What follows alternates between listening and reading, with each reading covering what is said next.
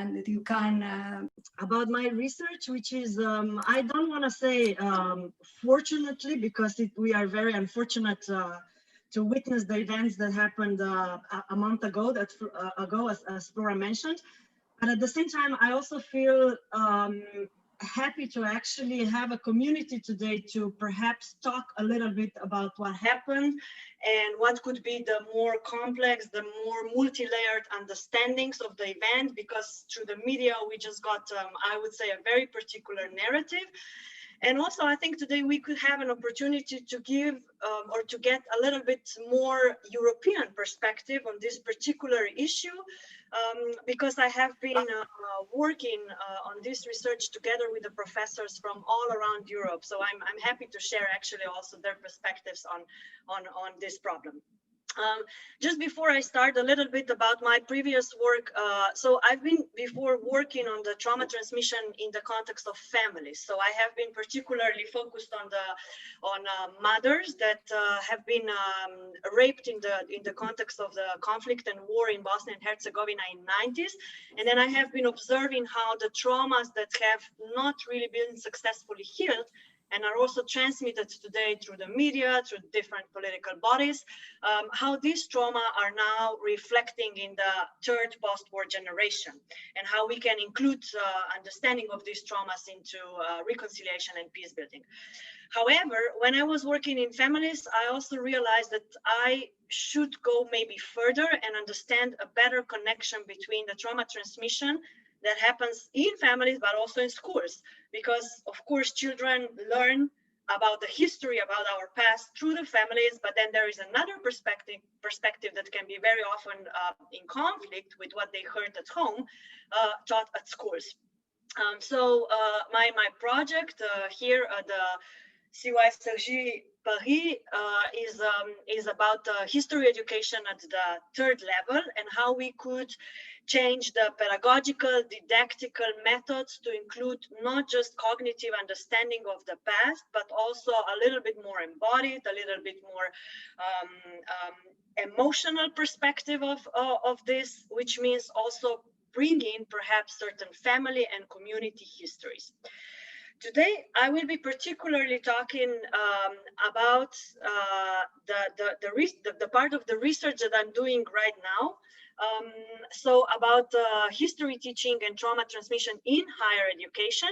I will be talking about the challenges, needs, and guidelines that I actually collected up until this moment through the interviews that I have been conducting in the last 2 months. So just a little bit background of this research. As I said, why is it important for me? It's because I want to make a bridge between the family and the schools, and how we can seize traumas that are being transmitted through generations. So thankfully, to the Holocaust studies, we now have a huge evidence that traumas are being transmitted through generations, either biologically, but also collectively, politically, socially. So I'm not touching so much biological aspect. I'm also not going into medical understanding of traumas, because this is not my background. It's not that I don't acknowledge this understanding, but I'm really more interested in how we understand, construct, deconstruct, and use our collective traumas as social beings, so within our communities. This research also started because I have been always on the crossroads of different disciplines. So I've been always dealing with history as well, because I work with memory and trauma as a memory. And I had a couple of conversations, actually also here in France, with history educators that would problematize the topics that could be potentially traumatic or difficult to discuss in the classroom, and actually exposing students to those topics which could potentially trigger them. Why is this problematic, and why is this so hard to approach? Is that we, up until now, still don't really know how people are getting triggered. So what exactly makes people being triggered? Because we as individuals, we are resilient in very different ways. So some of us, would never be triggered despite the hyper traumatic histories that we could survive mass collective violence but still not be triggered when it comes to the topics that are traumatic for us. And then there are certain people who would have a traumatic experience that is not necessarily connected to the topic, but they would still be triggered by certain things. So for this reason, because when we work in a history education, which is basically full of violence, I don't want to say just violence, because I want to see that there were also aspects of history that were positive, that were good, but history is really, really full of violence. So when we deal with the subject, which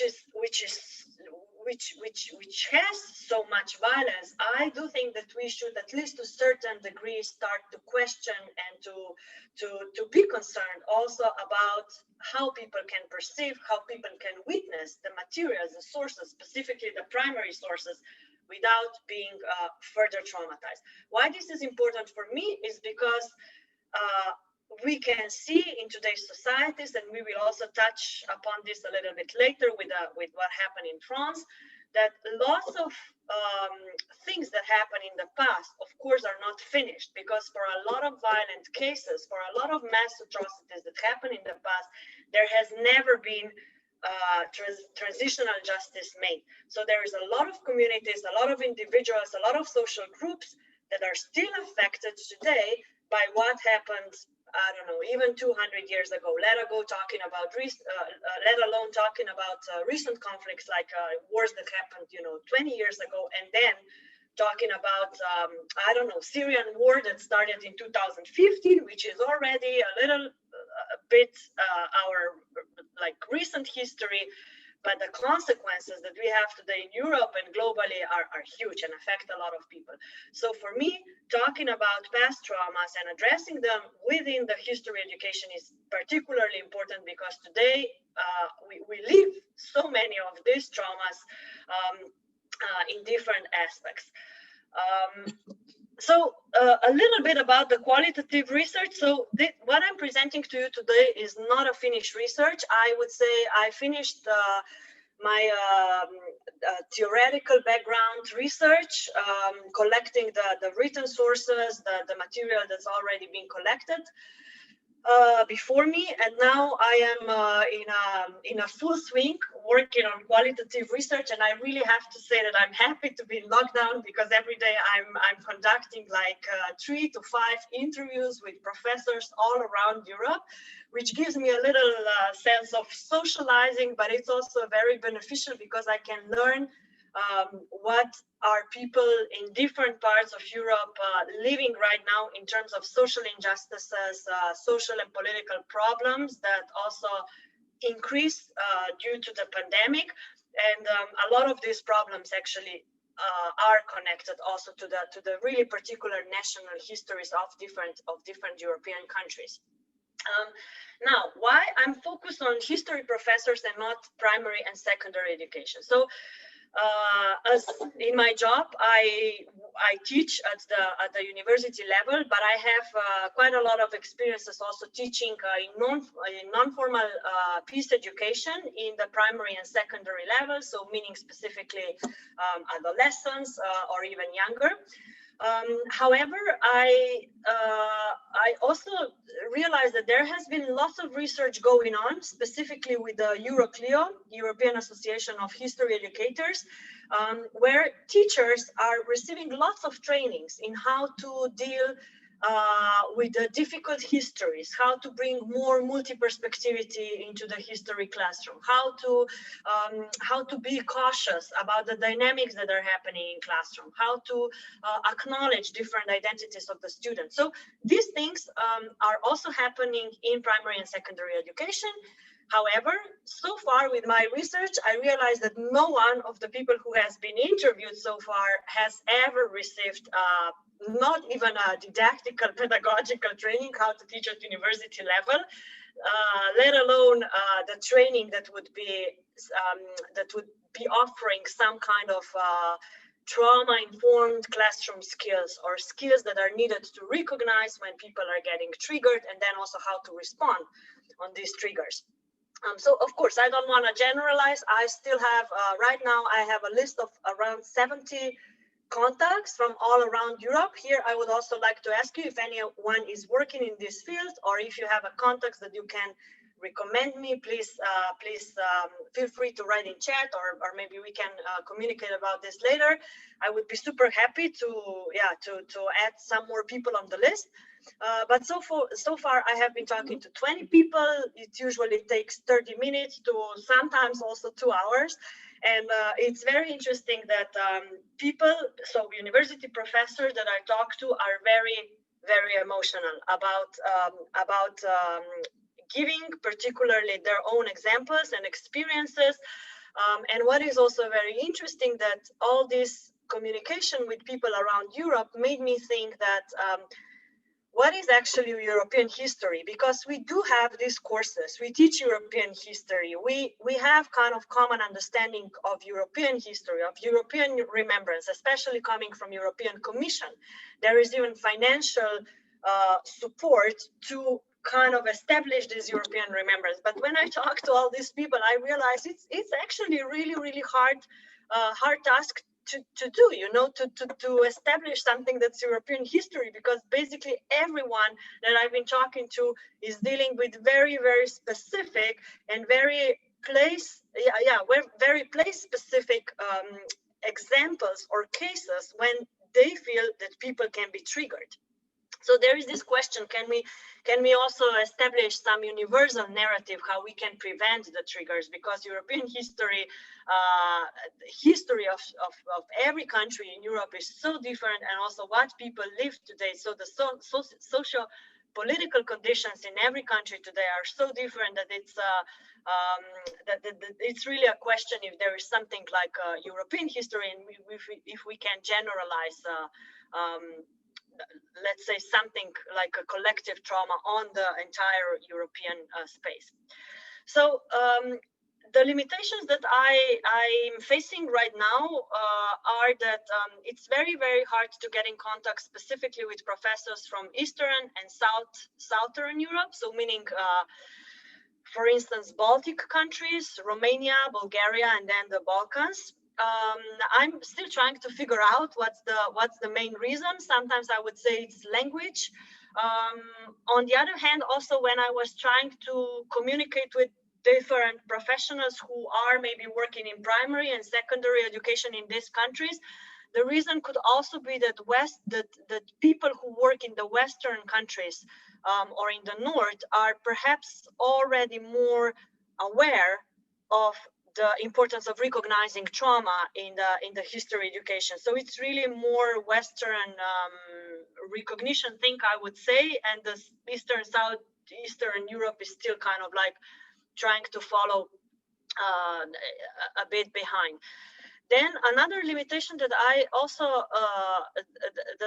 encounter already is that while I contacted some of the professors, and these are professors, how I select people that I interview is that I really I go one by one. It's very time-consuming work, but I try to see what people actually teach. So I'm trying to see if people teach courses that, from my point of view, could include certain traumatic or violent materials, meaning all the topics from colonialism, imperialism, the civil wars, of course, First World War, Holocaust, obviously, Stalinist regime. So I mean, there's so many topics that are basically potentially traumatic. So I kind of try to see the content of the curricula and also the research area of those professors. And it's very interesting that from some of the people, so most of the people really welcome the research, and most of the people recognize that this is perhaps an important topic to address in the classroom and to maybe receive a certain training where people could recognize what does it mean to trigger students in the classroom.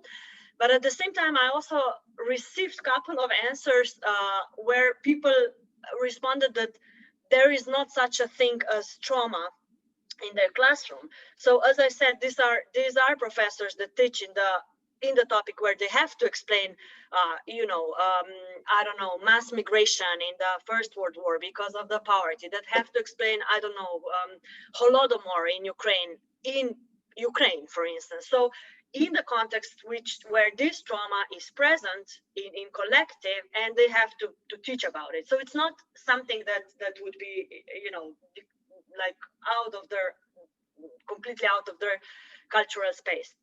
So what I'm trying to say is not that I'm assuming, that there is trauma always present in the classroom, or that all of these topics are traumatic, because I really don't, because I think it's really important also how we explain these things, how much into details we go. It's important what kind of classroom we have, because certain professors have very multicultural classrooms with people coming from very different walks of life, with very different cultural backgrounds, more or less oppressive histories.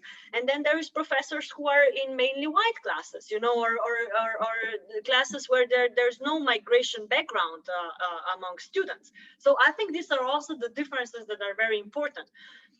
But also the way why, because I continued the communication with these professors, like trying to explain a little bit more about my understanding of trauma, and actually why I initially contacted them.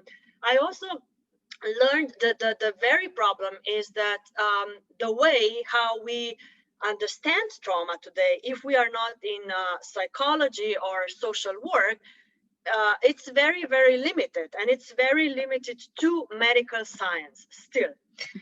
So when acknowledging all these things and started to talk with people, I also already noted down a couple of needs, or I would say reasons or purposes why I think we should nevertheless talk about trauma, trying to understand it when it comes to history education. Is that I believe that the understanding of trauma in the collective, political, social way is really expanding. So we are really, really learning more about it, and it's really less and less in a domain of medical and medical science, which is basically also psychology, psychiatry, and so on. And also more and more we understand it in connection to the present inequalities and injustices, which is, I think, really an important shift that happened specifically in the last couple of years. Of course, it existed before, but it just got really popularized in this last couple of years. And I would say it also got popularized because of the emergence of the memory studies, which really started to kind of, I don't want to say compete, but in certain way overlap, but also help to question us what is the difference today between history as a discipline and memory studies as a discipline, when they can come together, when they can support each other, and also what are the differences and how we should perhaps also rethink the very traditional understanding on history, and maybe combine it a little bit also with the very idea of memory studies, as opposed to having two separated disciplines. So just a little data that in 2020 there was more than 200 papers at annual Memory Association conference about, which were about trauma. So this is interesting because memory basically in Europe really became associated a lot with a traumatic memory, so Memory Association deals with memory generally, also with nostalgia as a positive memory. But it's really, really interesting what an immense number of people started to deal with trauma. And when I look the programs for the last couple of years, most of the people who deal with the memory are coming from the literature studies, or for the languages where trauma, in terms of, understood as a collective phenomenon, not as a medical one, was present since long time. And this is also one of the things that why lots of history educators would still try to disassociate themselves from the trauma, because it's been in a domain of literature, languages, and then, as I said, medical. But history education is still understand in a little bit different way. And before I give you the answer, what are the maybe differences between history education and memory studies, I would also like to hear this from you, so we can perhaps maybe talk a little bit about this at the end, and then yeah, I can explain what is basically the difference in a methodological approach if you're interested. So there is still this huge question that also appeared during the interviews, if we even need to talk about trauma in the history education, because as you will see, there is lots of challenges and there is lots of issues why talking about the trauma in the history education is problematic, and why we as educators are not skilled enough to even open this thing. But I think first, before we even go into this, we should answer this question: should we talk about trauma? And then the next thing that we should do is, how do we define trauma in the context of history education? As I said, there's lots of very different definitions about trauma. There's also different ways how people use it in practice or in theory. So I believe that, and this is also what I've seen from those people who rejected the interview, that we need to establish kind of a common understanding: what is the trauma that can appear in the classroom, if there is such a trauma, and then after this we can actually learn how we can recognize it, and also how we can cope or respond, cope with or respond to it. And the biggest problem, I think, when we come to defining trauma is that we've been, especially in primary and secondary education, talking quite a lot now about the difficult histories, so the histories that are kind of problematic, because we learned that there is not just one perspective how we can understand the events that happen, but there is multiple perspectives, and now more and more we are trying to acknowledge these multiple perspectives. We also try to be more critical toward the Eurocentric perspective on the history event that was prevailing for a very long time. So there is this acknowledgement of difficult history, which is also very important in specifically in countries that went through the conflicts or through the difficult political situations very recently.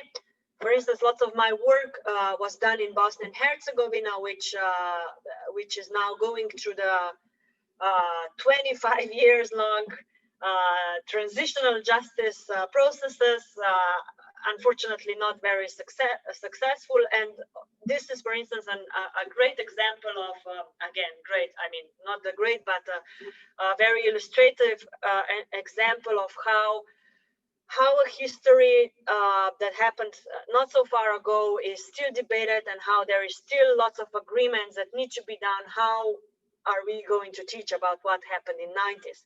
So, for instance, this could be an example of difficult history, very, very complex, very complicated, also because there's lots of survivors still who want to have their own voice, who want to participate in designing, in co-creating this history. But then on the other hand, we talk about the traumatic history. So is this example, for instance, that I just gave you, the same? So is it a difficult history, or is it traumatic history, or is it both?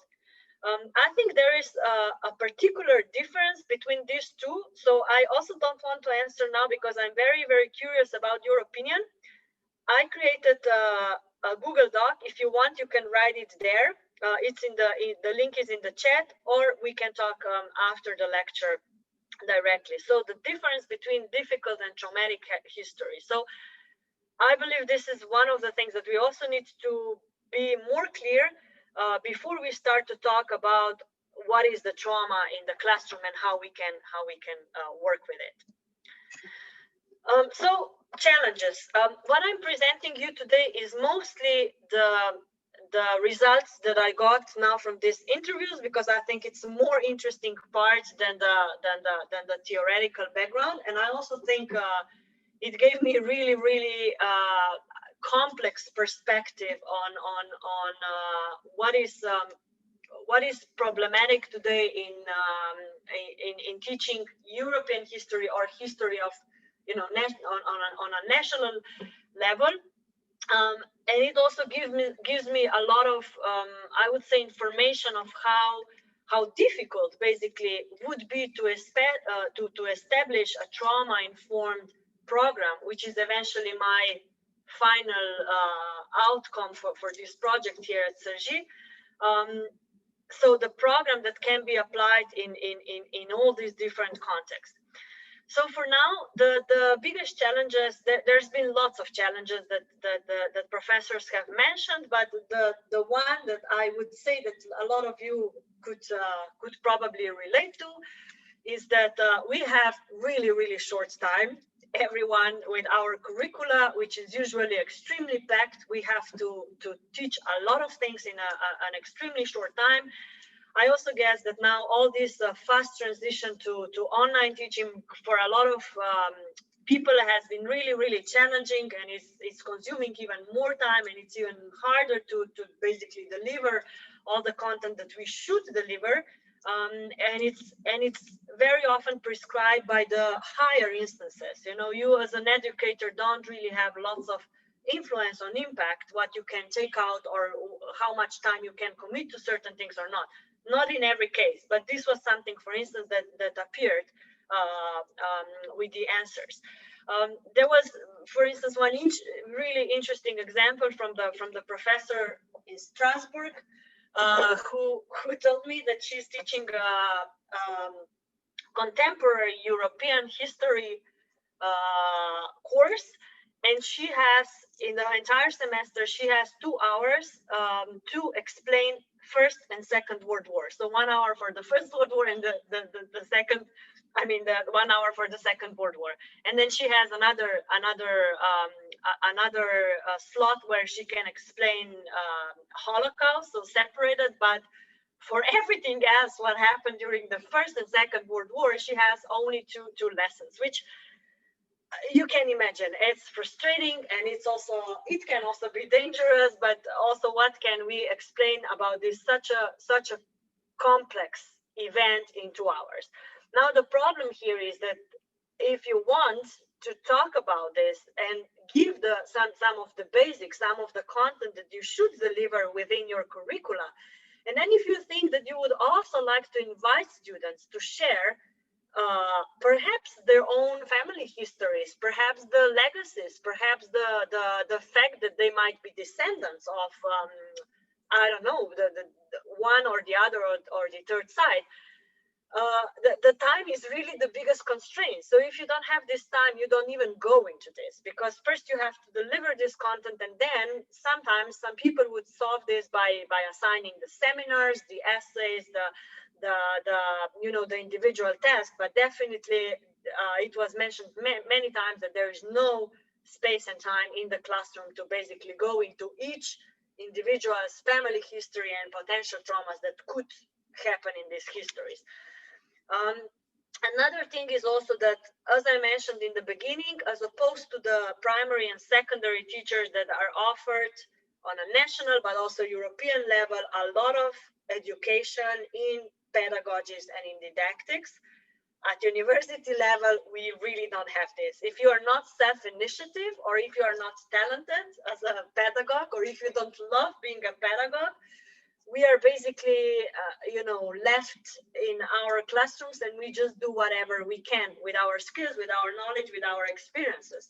So there is not really still a systematic approach to educate the university lecturers, because primarily we are researchers, and basically we do teaching aside, even though if sometimes it's 80% of our time, but still there is really little focus given on teaching, learning how to teach. And this is one of the biggest problems also, because if there would be this training, then we could perhaps also learn how to be more sensitive and how to obtain certain skills that you need as a pedagogue to proactively and constructively engage with the students. So most of the, because of the time constraint and because of the lack of the training, most of the professors mentioned that they still are practicing the descriptive principle, the banking system of teaching and lecturing. So basically just really transmitting the content. And what is interesting here, that a lot of professors mentioned that they feel, especially those that are of a little bit older generation, so which are teaching now who are teaching now for, I don't know, 25 years, 30 years, 35 and up. For those teachers, it's particularly they particularly mentioned that yes, if they would be given time and if they would be given training, they would definitely love to engage more into interactive work. But because of all these constraints, they just focus on the delivery of the content. And they also mentioned that it's really frustrating today because very often they get the students, because of the technology, the digital development that happened in the last 10, 20 years. They get students that are very well informed, that come with a lot of knowledge, that come with a lot of background already, and informed opinions, that basically sometimes they feel lost and are really questioning what is the role of education and history education today. And this is also one of the questions that we can discuss maybe in chat, because I think this is also something that came up quite often, that there is now this question that perhaps we should define what is the role of history education today. I think, again, in primary and secondary school, it's quite clear, especially when it comes to also to the citizens' education. It's pretty clear that, yeah, we need, there was, I would say, the general answer that, yeah, we need to know the past to learn. If we learn about the past, then we will not repeat similar things in the future, or to understand how our identities are built today because of what happened in the past. So this was mainly the answer. But then again, if I make a difference between the university, so the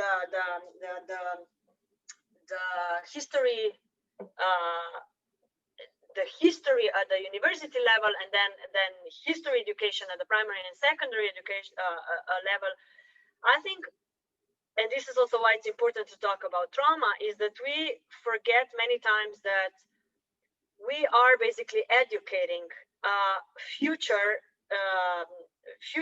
pedagogues, so future teachers, which will be in primary and secondary education. So they will be, I would say, front runners. So they will be exposed to the classrooms where they will have to explain to the pupils that are perhaps not so mature and not so emotionally prepared as our students are. And I think this is also an interesting aspect that came up during conversations, because for instance, professor from Sweden who is teaching Holocaust education was strictly opposing any trauma talks in the classroom because of his belief that we would then pathologize the history, and this is not the purpose of the history education as such. However, he also said that he believes that there is no need to fear any triggers or students being impacted negatively when they are exposed to the very graphic like violence, primary sources full of violence, for instance, because he assumes that we first of all deal with the young adults who voluntarily choose to study history. And if you choose to study history, you basically know that you will be studying a lot of violence. So it's also responsibility of students to come prepared to the classroom to study the materials which will not be comfortable, to address the topics which will not be comfortable. And then also because he believes that students, and he gave the example of the Sweden where students are distributed the kind of a booklet about the basic facts of the Holocaust, and Holocaust in particularly in Sweden. And he believes that basically when they come to the third level of education, so to the university level, they already know the basics. They already seen the memorial sites. They've already seen the visual materials about this particular topic. So he doesn't see any problems in talking about these topics because it's been already worked through. So as far as I understand this point of view, and I would say that in a way, yes, university education in this way is definitely very, very different from what is happening in primary and secondary school. I also think we need to have in mind, as I said before, that people who come to study, for instance, history in this case, some of them, and in Europe, I think it's now, the number is between 30 and 40% of students who come to study history will end up working in public sector. And this public sector can be from the teaching in the public primary and secondary schools, working in the memorial sites, working in the museums, which perhaps at one point will include also educational programs. So it means that even though if we are working with the young adults that can be emotionally mature enough to witness the potentially traumatic sources, we still have to know that when they will go to the field, basically, when they will be practitioners, when they will be practitioners out there, they will have a classroom that will not be informed about these topics yet, and they will have to basically convey the same contents. So if nothing else, acknowledging the trauma and acknowledging how past, how historical, archival, testimonial sources can be traumatic, and how people can relate to their present life through these sources would be important from this point of view. And there was also another very interesting point given. So I'm just giving few challenges. We don't have time to go through all of them, but the most interesting one that I've chose from those interviews, this one is also interesting, which was mentioned by a professor from Spain who works particularly, so who works in the Basque county, and deals with the relationship. That political and social context that they have today, and of course, as you know, it's also very difficult in terms of their past. And he mentioned an interesting thing that even though if recognizing trauma in the classroom, and he mentioned quite a lot of examples when his students were triggered when talking about the local, so the national, the Basque and the Spanish past and the transition. He also believed that it's really, really tricky when we give too much space to trauma, because we could learn from the past that when people are given too much voice in affecting how the history is written, then the trauma can be used the other way around. So can be used as a power. So can actually turn around to as well perpetrate new types of violences and new types of violent social dynamic in society.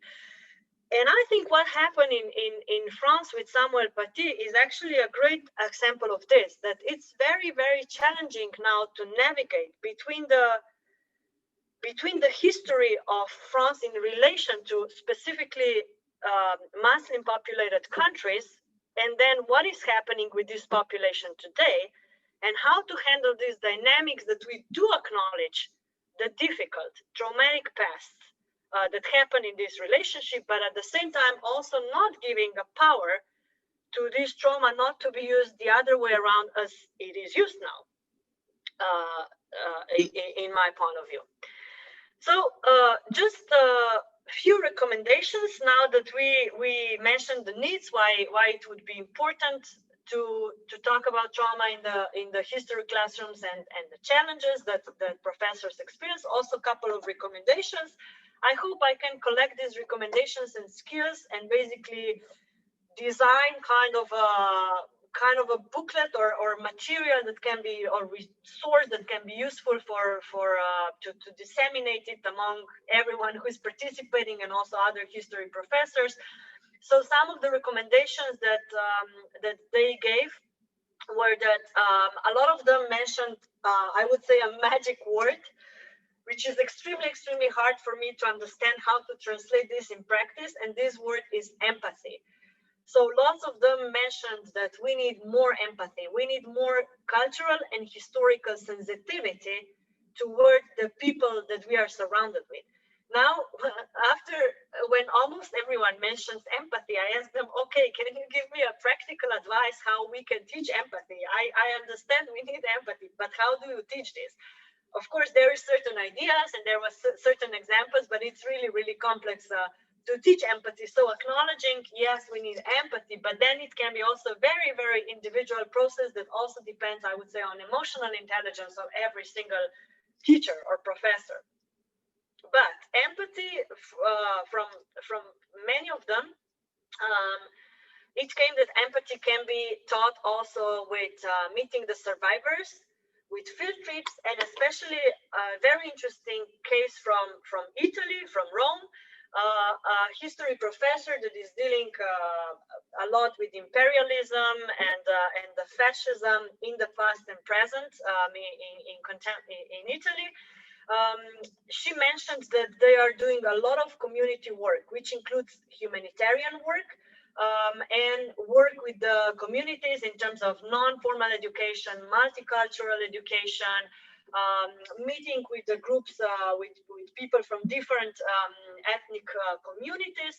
So not necessarily people who survived certain atrocities, I don't know, Holocaust survivors or people who survived gulags and so on.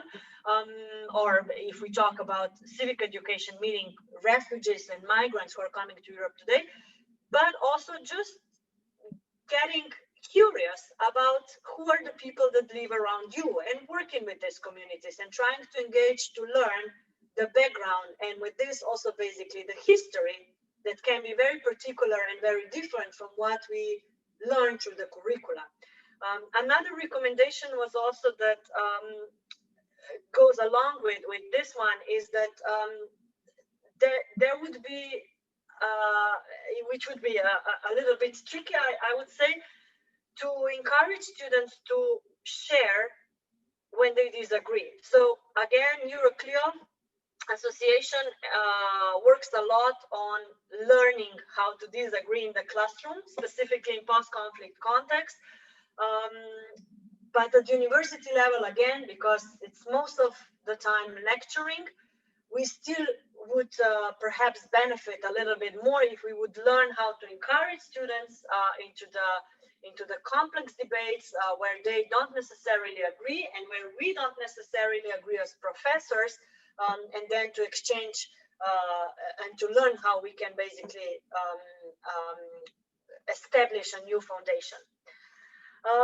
Also, another really interesting recommendation is that we should invite perhaps primary and secondary teachers to teach us about teaching, because as I said, it's a really interesting relationship. We basically at university level educate people into specific disciplines, and a lot of them will end up into practice, so teaching in primary and secondary education, but we don't have any background, right, in pedagogies. And then on the other hand, we could just turn it around and actually invite people who are in the practice to inform us about the experiences, to inform us how do they cope with the traumas, how do they navigate, and these practices are not necessarily successful. I mean, again, if we go to this case, and now that we are actually collecting more and more information, also what was happening before this event, and also with knowing what happened afterwards, we can actually use all of this to inform ourselves how different people with different capacities,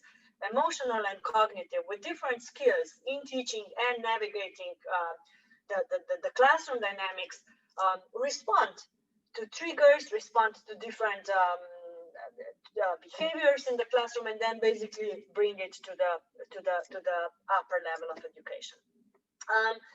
Another important thing that appeared by quite many was also teaching across disciplines, so more connections, so not being so disciplined, but really trying to reach out, and especially trying to learn from each other, trying to see what skills we can get from other disciplines, what skills we can use. For instance, lots of professors were quite well informed, and they said, like, yeah, when I recognize that something is responding emotionally to certain lesson that is potentially traumatic, I usually try to inform these people about the context, about the personnel that can be helpful. So social workers, psychologists, or people who are employed at the university to help with a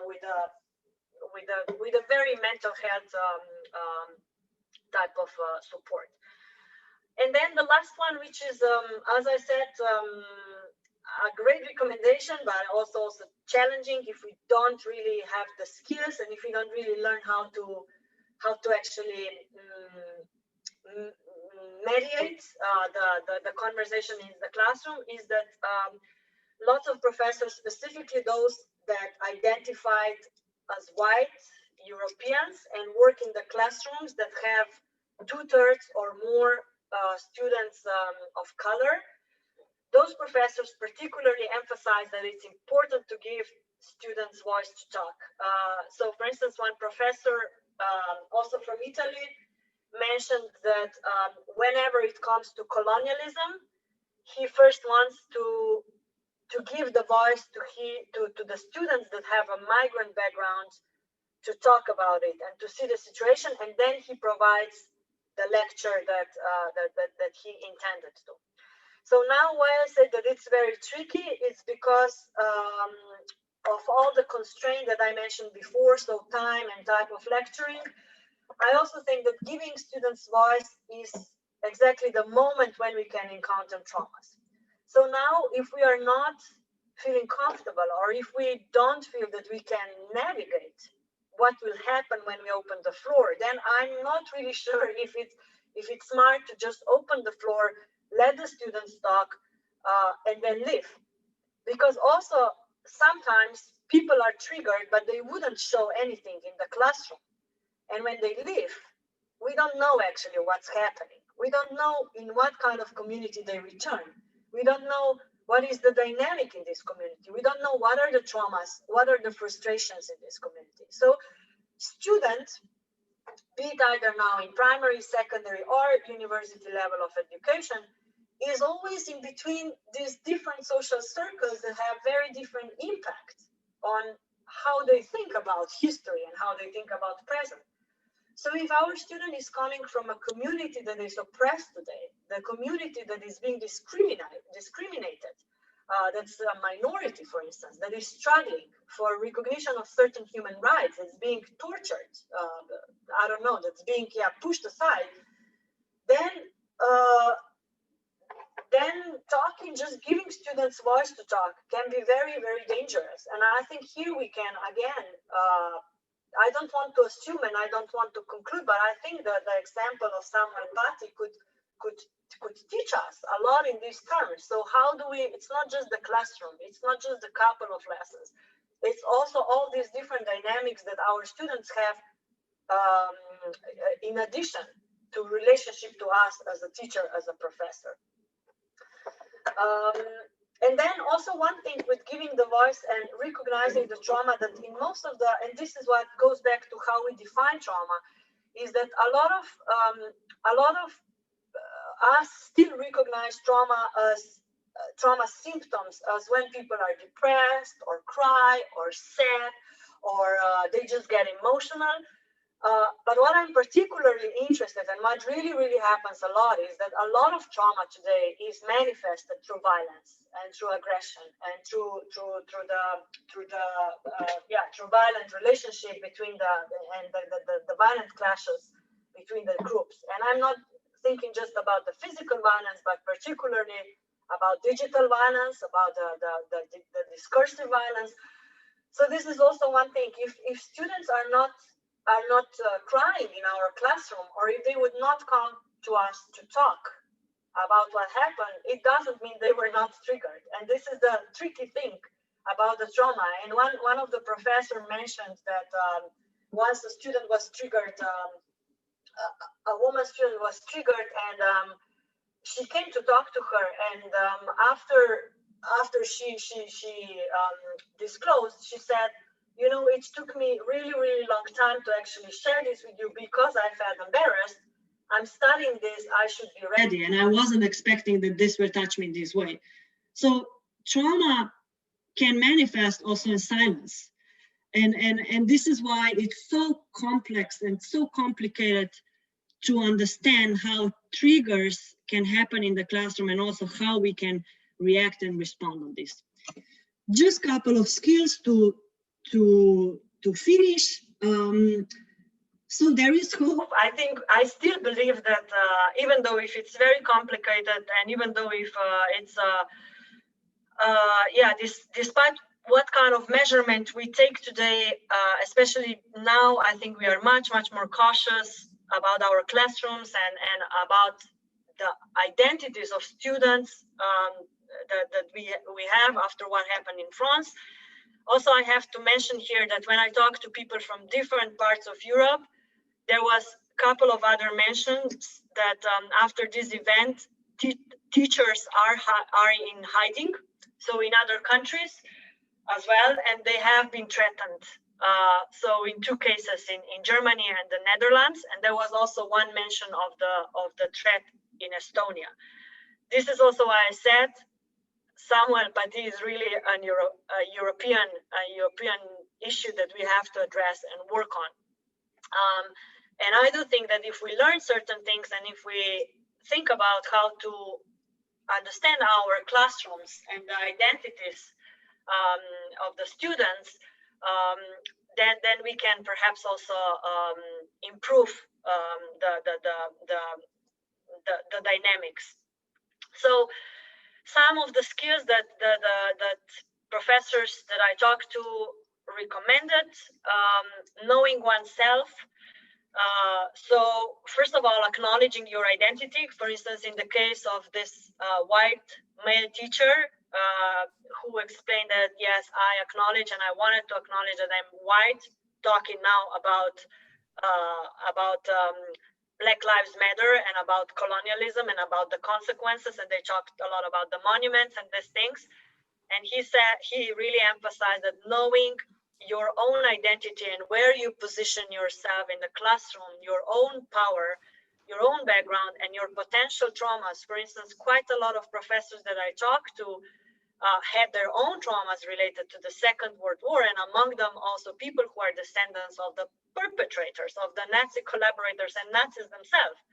So how do we bring also this our own personal story into the students to being able to build trust, to build connections, to build kind of a relevant space for all of us to acknowledge our own personal histories and then to contextualize them into the general history and into the present. Then another one, learning about intercultural historical sensibility. This goes back to learning about identities. So trying to really learn, and it's hard if we are time constrained, learn who are the students in our classroom. So what's their background? Where should we be sensible and sensitive when we talk and when we explain certain topics to this specific cohort of people. Identity reflection. I mean, all these things are kind of all interconnected. So identity reflection, my own reflection on my own identity, and then of course reflection on the identity of others and how the power dynamic is established between these identities, not just as a teacher and a student, but also as a in terms of gender, ethnic, history, and so on. Sensitivity, there was this one very interesting conversation that I had with a teacher from Netherlands. She said we should develop the humanitarian heart, which means that, again, she emphasized the empathic understanding, being more like human to human than student to teacher, and really trying to understand that we all go into learning something that's potentially difficult or traumatic or both, but having a belief that we are all doing this because we want to have a better future. So to be really clear that it can be painful, it can be difficult, but to build a trust that we are here not because we want to hurt each other again, but because we want to basically push us forward in terms of human development. Then also learning from self-care and prevention methods. So I had some of the teachers who work a lot in oral history, and they explained that they have lots of the methods that they use in their research work, because they are exposed to a lot of very heavy testimonies and talking to people that survive different crimes and tortures, and they believe that we could bring some of these methods from oral history, but also broader from self-care methods. So here I also introduced them, and we can talk if you're interested at the end a little bit more about the trauma-informed classroom principles. So it's, I would say, quite well established now in the United States, but it's really focused on the disciplines and people who are being trained to be exposed to violence and to the trauma. So this is mostly medical personnel, social workers, not so much, I would say, teachers in humanities, which includes also history. And then also one very concrete example, which I find very interesting, especially now with the pandemic. I think we are all more or less realizing how much potential is there with the digital technology, and we never used before because we were not forced to, and we were also a little bit lazy to learn about this new stuff. Now, 1 year into pandemic, I think we are all Zoom professionals and also other tools. So there was lots of proposals actually that included the uses of digital technology and support through digital technology. One of the professors mentioned that because they really work a lot with primary sources and archival sources that are quite heavy and violent, and they always establish a WhatsApp and Facebook group where students can communicate between each other, which I think is a really nice gesture to do, because there's been quite a lot of opinions that as teachers or professors, we could not really take all the responsibility on us. Of course, we can be sensitive. Of course, we can try to take into consideration that our students might have difficult times by learning certain things, or might experience in their own life certain things that are traumatic, and then the classroom content is just making it harder. But at the same time, as well, some of the professors said we are not social workers. This is not our primary role. So we still are teachers, professors, educators that try to convey other topics, not primarily working with trauma. So we can acknowledge this, but this should still not be in a focus. And in this way, it's nice to actually share this responsibility, not just from a teacher. So not just having it on the shoulders of the teacher, who should be aware of what is happening, but also sharing this among students and trying to work on this together, which sometimes for students, of course, can be much easier, because there's not this hierarchical dynamic, I would say, and this peer support is maybe really not used enough when it comes to to maybe trauma triggers, but also generally if we talk about the support in the classroom. So this is all from my side. I would like to stop here and stop sharing my screen, and invite you, if you have any questions or anything to add or share or to say, to dive in.